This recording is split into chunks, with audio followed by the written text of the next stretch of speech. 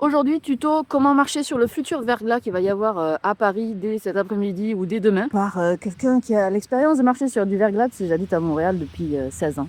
Donc j'ai l'habitude. La clé, c'est de marcher à la verticale. Alors dit comme ça a l'air de rien vouloir dire. Je vous explique. Admettons, je vais sortir ma chaussure. On va partir du principe que vous n'avez pas accès à une chaussure qui est des crampons, ok? Vous avez une chaussure lisse comme moi, parce que comme moi, vous avez une paire de chaussures par an, et voilà, c'est la vie. La façon dont on marche d'habitude, c'est que je vais essayer de ne pas mettre mon pied dans la neige.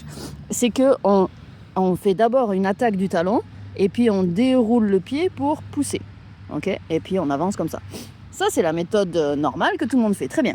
Maintenant, si on est sur une patinoire, admettons que l'on pose la chaussure. Si on pose la chaussure sur une patinoire, a priori, il ne va rien se passer. Par contre, si on pousse la chaussure en avant, en arrière, sur le côté, c'est là qu'elle va se mettre vraiment à glisser. Donc si on veut réduire quand on marche sur le verglas, c'est tous les mouvements qui vont nous faire une translation avec la chaussure. Okay, tous ces mouvements-là, finalement, ne gênent pas. Sauf que c'est mignon tout ça, mais pour avancer, pour arriver à marcher, il faut qu'on fasse ces mouvements latéraux. La solution, c'est de les réduire au maximum. C'est ça que j'appelle marcher à la verticale.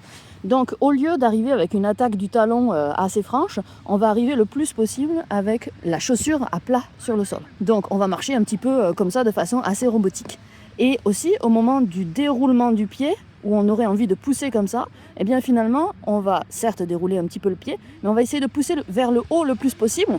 On va toujours pousser un petit peu vers l'arrière, ce ne sera jamais parfait, mais on essaye de pousser le plus possible vers le haut. C'est ça que j'appelle marcher à la verticale.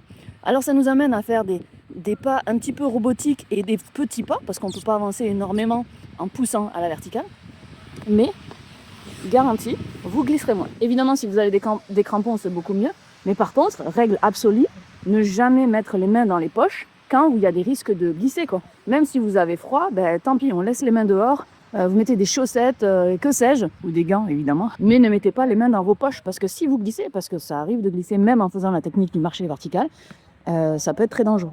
Ne mettez pas les mains dans les poches.